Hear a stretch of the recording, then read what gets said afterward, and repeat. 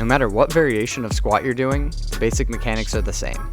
The only difference is where the weight is placed on your body, which will cause slight changes to your center of gravity. But by and large, the mechanics do not change.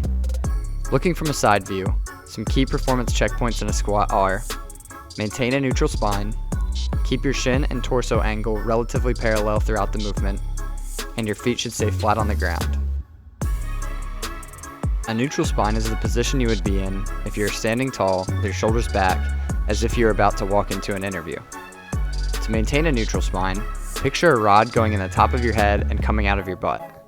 No matter how you move, whether it be a squat or another exercise, the rod does not bend. It takes a lot of focus to keep your back straight while squatting, but the health of your spine depends on your ability to do so. As you squat, your back will want to round, especially as you get lower.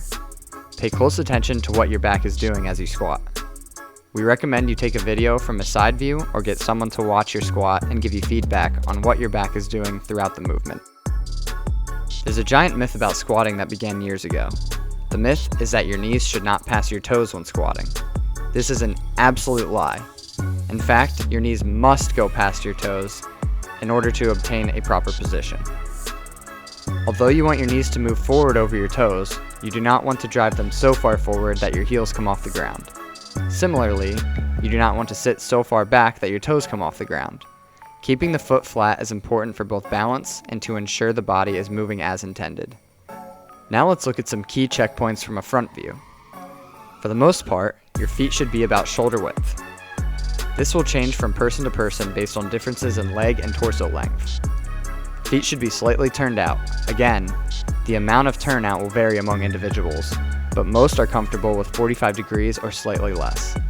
Knees should stay in line with the middle of the feet or slightly outside. The knees should never move inside of the feet. To achieve this, think of a crack in the ground between your feet and try to spread that crack apart throughout the movement.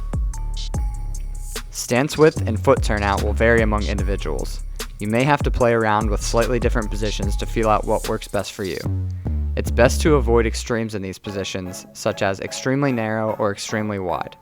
Your ideal squat stance is likely to be somewhere around shoulder width with slight foot turnout. Depth is another big question when learning how to squat. The short answer is depth is different for everyone, but you should get as low as you can without compromising your form as learned throughout this video, particularly with regards to your spine. A good minimum goal is to get your thigh parallel with the ground.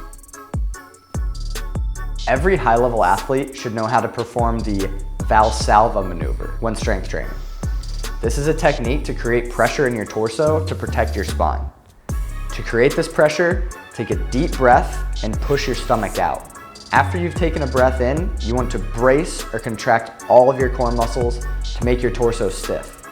It's recommended to hold this pressure through one rep, then release your breath and start over before the next rep.